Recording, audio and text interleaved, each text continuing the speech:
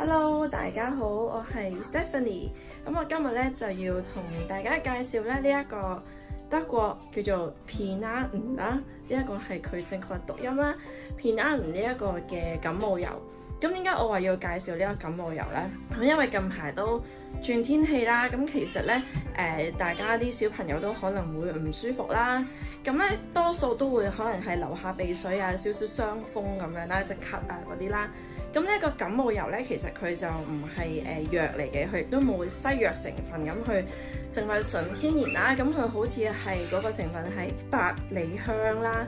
咁其實佢一個乜嘢嚟嘅咧？咁佢就係咧將適當嘅份量啦，滴落去 BB 沖涼嘅地方啦，咁就幫佢哋即係俾佢哋浸浴咧，咁去減輕呢一個嘅感冒嘅症狀啦，同埋咧會令佢哋瞓得好啲咧，去等佢哋好返得快啲嘅。咁 Jane 同 Jamie 咧都試過呢一個嘅感冒油啦，咁我覺得效果幾好嘅，係啦，但係咧發燒咧就唔係幾啱用啦。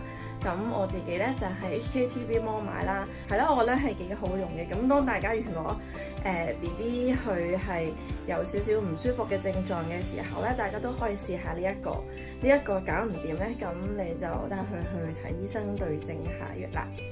咁要記住啦，呢一個嘅感冒油咧，6個月以下咧就唔建議用嘅，咁佢都係放翻6個月以上啦。咁我咧喺呢段片下面嗰度啦，咁我就都會有寫翻咧，究竟唔同年紀嘅 BB 去嗰個份量應該係點樣用啦。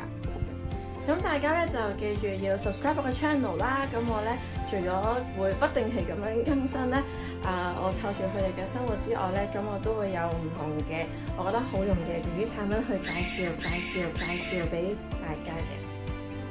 咁我哋下條片再見啦，拜拜。